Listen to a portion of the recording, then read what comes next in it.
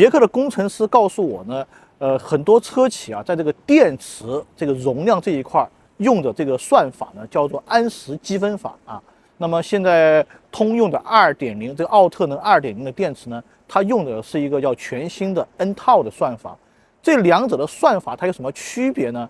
就是前者那个安时积分法呢，它的这个误差率是在5%左右，那么 N 套算法它的误差率是在2%以下。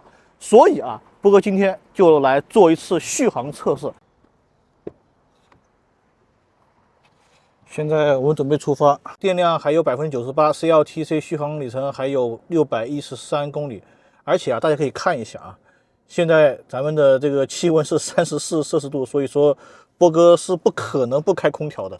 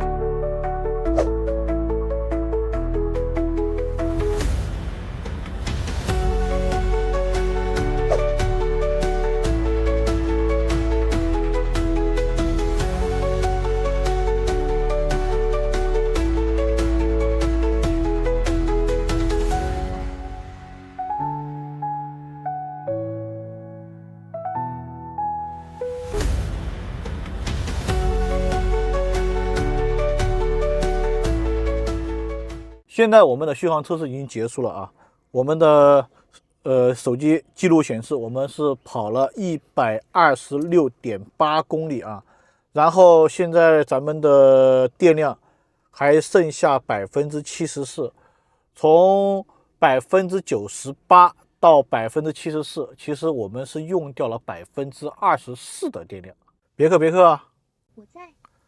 126.8除以0.24再除以620等于多少？126.8除以0.24除以620等于0.85。好了，现在别克 E5 它的真实续航成绩已经出来了，它的实际续航达成率是达到了85%啊，这个还是我们在全程开空调的这个前提下达成的，这个成绩已经相当不错了。